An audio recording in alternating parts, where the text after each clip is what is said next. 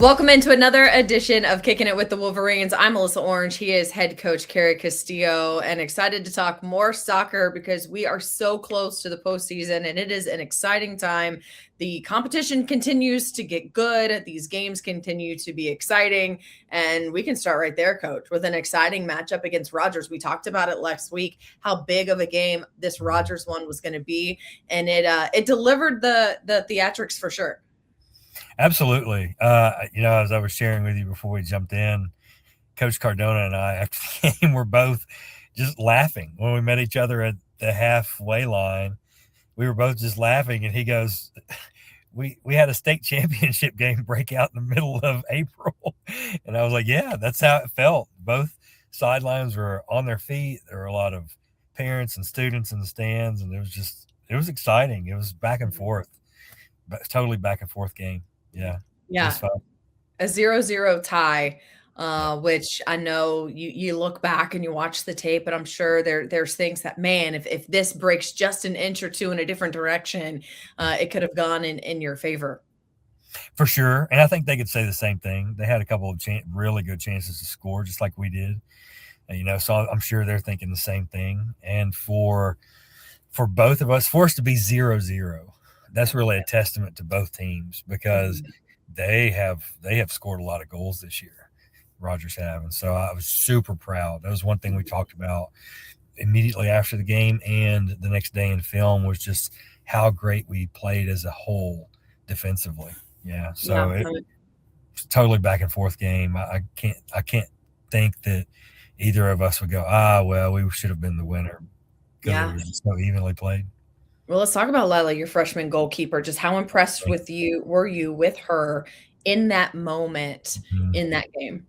She's made so many really smart decisions Mhm. in multiple games. And another one uh, in this game, they hit a shot from pretty far out that looked like it was going over her head, and she backed up into the goal and caught it, and her whole body was in the goal, but she was smart enough and aware enough to keep her hands and the ball on the field side of the line. I Wow. mean, yeah, just That's an so upperclassman kind of play. that's exactly what kind of play that is. Yeah. Yeah. Yeah. So really impressed with her Mhm.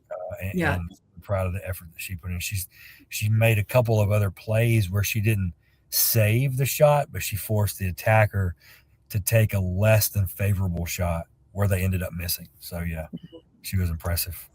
Just the way that she's been able to step up with Brooklyn being out, just I Mhm. mean, again, a freshman to be able to level to that or rise to the level, of the competition that you guys are Mhm. playing in the 6A West. Yeah, it says a lot about her work ethic. Mhm. Just the whole year. And you have a player like a Brooklyn Williams who's so dependable. And is trying to get back to her highest level, and then to be able to rely on a ninth grader, boy, that it says a lot about her. Yeah, and we're Brooklyn's close. She's getting close to, Yeah. and I think she'll be ready. We play here at home against Northside tomorrow. I think she's got that look in her eyes again of being, you know, at her peak Mhm. performance. Yeah, Mhm.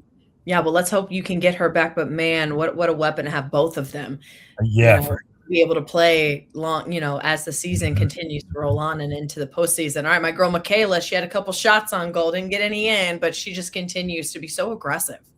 Yeah, and for Michaela Sullivan not to score a goal, boy, the other team's got to be pretty good, you know. Mhm. And they did. They were just really solid defensively all night too. And their freshman goalkeeper just made a couple of just like our goalkeeper, just like Lila, getting herself into a position to force us to Mhm. take a touch or a shot that wasn't exactly what we wanted, and we miss. Yeah, so Mhm. hats off to them. Yeah, Yeah, they did a yeah, good that's job. awesome. So, we've talked about this and we talked about it in the tie versus Bentonville. Your Mhm, team still took away a lot out of that match. mhm. What do you feel like your team took away out of this Rogers match, despite that it was a tie? Well, I think the biggest thing was that when we have to rise to a championship moment, now we Mhm. know what that feels like. and that we're more than capable. Yeah. The only thing that we talked about with them where we want to push them to grow a little bit more is remaining true to our style of play throughout, regardless of how good the opponent is. And so that's what we've been working on the past 2 days. But now they know. We talked about, hey, you've asked for championship moments. Here it is. You get to host one, and that's what it's going to feel like. And it sure did. And I could not have been more proud of how they rose to that occasion. Yeah. Loved it. Yeah, big time moment, big time game against Rogers. Now you guys are tied for first place in the 6A West standings.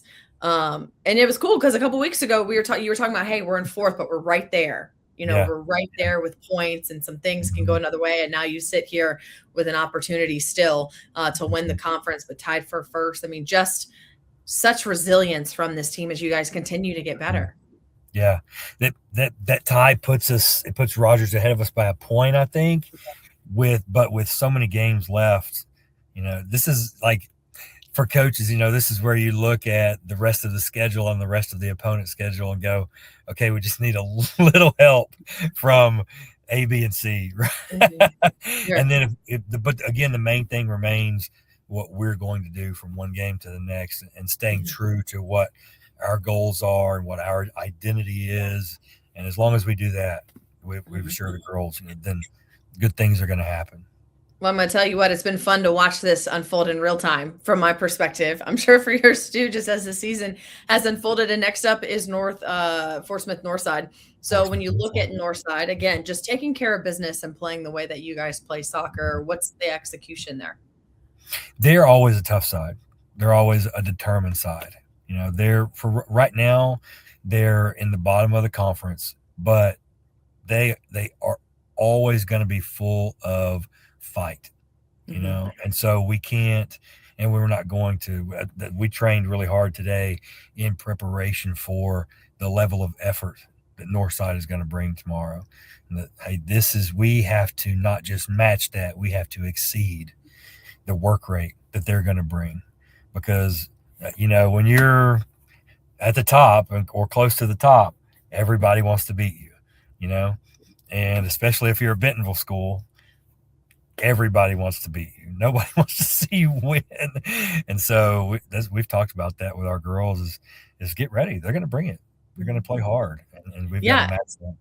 Yeah, it's also a team too. You got to remind them, like, they're not they're playing with nothing to lose right now. That's right. They've got a chip on their shoulder, and they'd love to be able to knock off Bentonville West, right? So you really have to just be on your game night in and night out in this league. That's right. And we work today specifically on the tactics the quality of the tactics that we want to demonstrate tomorrow. Yeah, the quality and the speed of play that we want to play with. That was our emphasis today. So we're going to expect nothing less. I was talking to another coach in the league recently, and he said something really cool about just the talent in Northwest Arkansas in the 6A West. And he joked, he's like, it's like the SEC of Arkansas. It's just, they're so talented. And the teams are so good up here, which I thought was a really fun comment. And so I wanted to get your take on just what you think overall. We've talked about it a lot, but just looking at how the West and the 6A West has really set itself apart, even from the 6A Central in the postseason the last couple of years, and how fun it's been to be a part of the league. Yeah. I have to point to that being a testament to the quality that all the players up here want to retain. When high school season is over, they go and they play club soccer, or they get to work on their own. Even the JVs, the JV squads of all of our conference teams play other schools' varsities, and they're looking to the players, and the coaches are always looking to push the level of competition higher and higher and higher, so that we can keep that level of quality in our players. And so it's really a testament to the players seeking out that work all year long, and the coaches, having a desire to continue to push the level of competition, because there's not any 6A West games where you're seeing double-digit wins. That doesn't happen up here, because there's not a team that is going to be, if you look at our standings, 1 and 4 or 5, when we play, it's going to be a 1 goal, maybe 2 goal differential. There's not going to be this, drastic gap. Yeah. Yeah. And so it's every game you've got to be locked in per se, Yeah. on what you have to do that game and not looking past anybody. Yeah. So tell me this, obviously you spend all season long beating up on the conference competition, but at the same time, you feel like as a 6A West as a whole, have a little bit, you want to keep those bragging rights, right? In Northwest Arkansas, as opposed to, you can't let someone from the 6A Central beat us. We got to keep that trophy up on this side of the state. Yeah. We all take a lot of pride in that, honestly. Sure. Come playoff time, and there's not any, I would say, animosity between the coaches in the 6A West, not on the girl side. I can't speak for the boy side, but all I see there is camaraderie, But when it comes playoff time, we're sharing film with each other, knowing full well that once we get past the first round, if we're still around, we might be seeing each other again, right? But we want to see one another win. Yeah. Which is such a cool dynamic, Hey, I want to shift gears just a little bit because this past week you got to join us on our Varsity Vibe podcast. And so for those who maybe have missed that, we got to sit down and really tell your story. And so I just want to encourage people to go listen to it. But it was really, really cool for me personally to sit down and to hear your testimony and for you to speak. And so if they hadn't listened to it, encouraging people to do so, because I really thought that conversation was really impactful. I appreciate that. And I appreciate more so you creating the space for coaches. I've followed the other podcast episodes and just creating a space for coaches to tell their journey.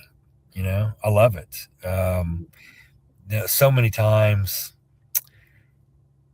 coaches are seen, we don't always get portrayed in the best light, right?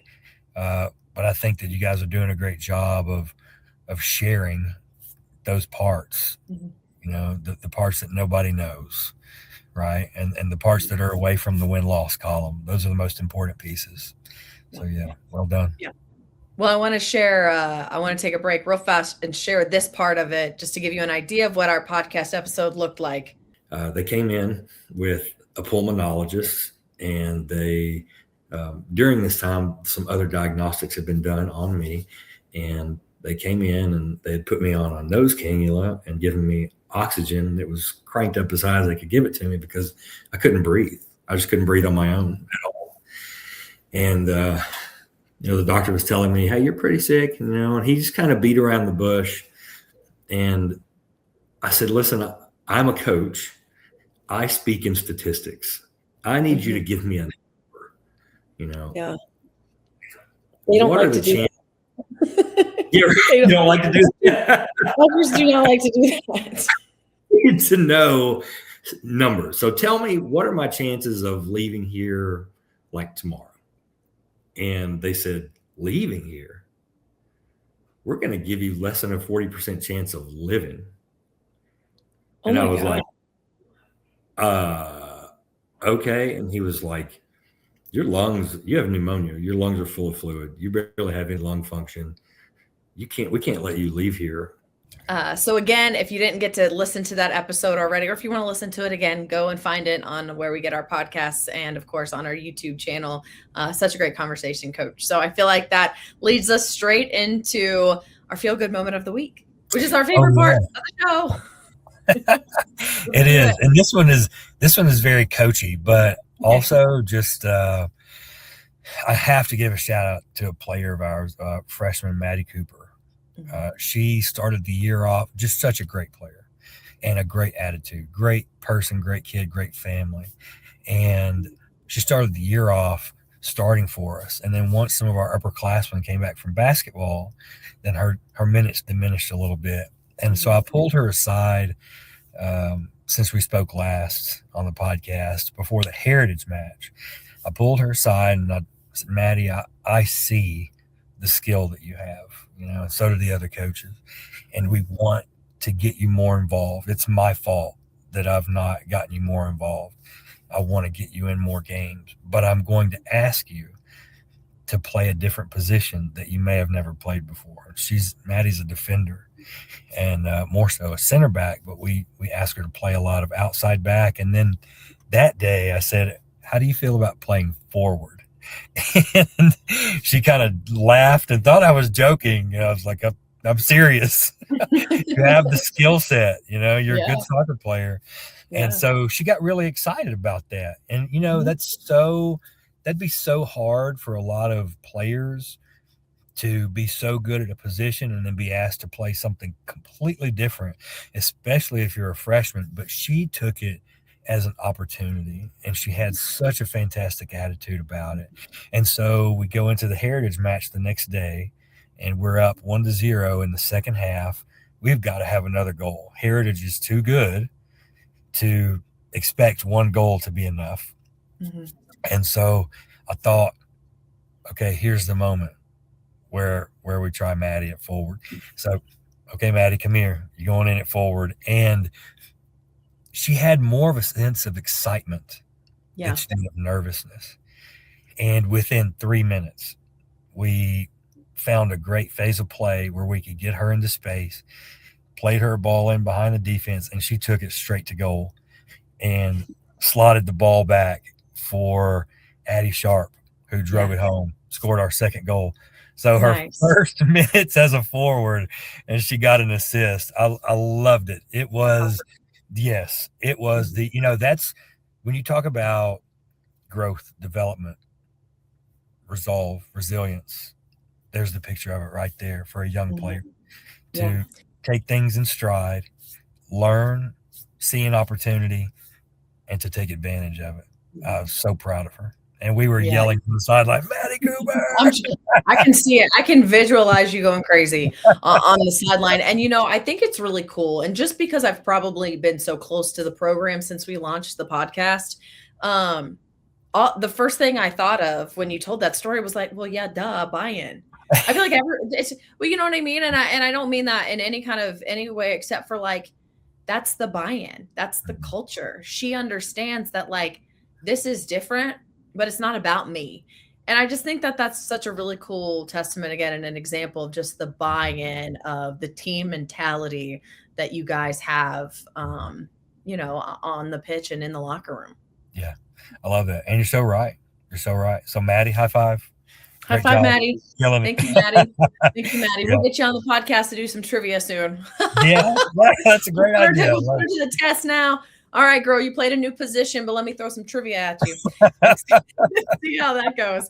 Hey, Coach, tell us what's coming up for you guys. Yeah. We got Fort Smith Northside tomorrow at home at 5:30. And then next week is our bye week on Tuesday, but then we host Har-Ber, who is tough. So 6A West, it just doesn't slow down. There it is. Doesn't slow down. Not till June. Yep. No. Well, hey, it's exciting, right? The mini SEC up here in the in the corner of our state. Right. But thank you so much for tuning in to Kicking It with the Wolverines. It's always great to have you. And again, check out us on social media as well as where you get your podcasts and our YouTube channel for any of the episodes and conversations that you missed from this Kicking It with the Wolverines podcast, where we'll be here all season long. Man, it's flown by. It's flown by already, but we're just having fun over here doing this for you guys. So thank you. Thank you for joining us, Coach. We'll catch up next week. Thank you very much.